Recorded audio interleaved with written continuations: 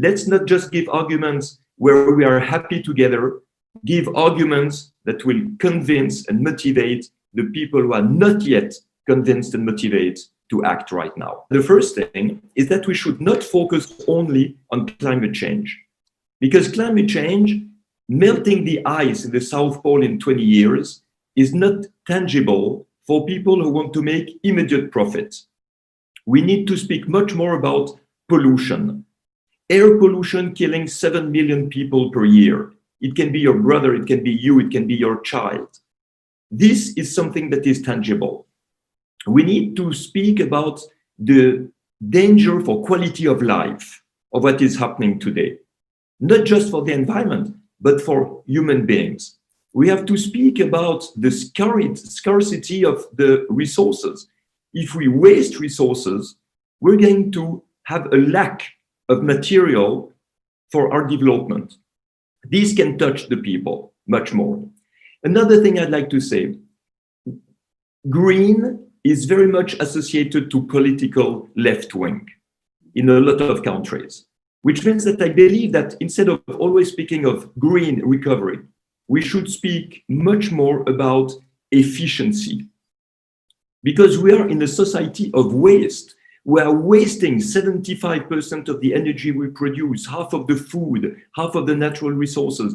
So efficiency is something that everybody can understand, because if you are more efficient, you will be more profitable and you will touch the people who don't care about the environment, but who care about their money.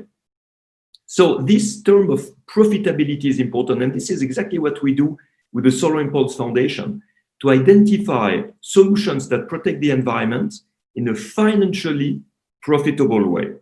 And we have identified and labeled today 652. 652 proofs that protecting the environment, being efficient, brings more money than wasting the resources and destroying the environment. Which brings to the question of growth. If we tell to the population, to the corporations, to the governments, that we have to aim for degrowth, we will never win. Degrowth is what happened in the last 4 months during the COVID lockdown, putting everybody on the knees, hundreds of millions of people unemployed, and hundreds of thousands of companies bankrupt. I don't believe in degrowth. But of course, since the Club of Rome report in 1972, when I was a child, it's clear that unlimited growth does not work. Infinite growth does not work. So we have to aim for qualitative growth. Qualitative growth is when you have an economic growth. You earn money, you create jobs by replacing what is polluting by what is protecting the environment.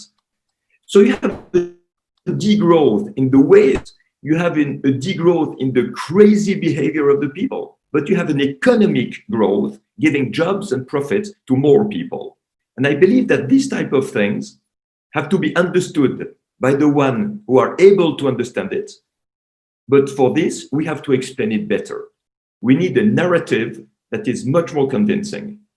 And for the people who nevertheless will not change anything, because they are so selfish, they are maybe so psychopathic, that they will only care about themselves, in this case, it's clear that we need a legal framework, extremely clear, and I think that the Green Deal of the European Commission today is a very good example of it, of how we can implement this emergency plan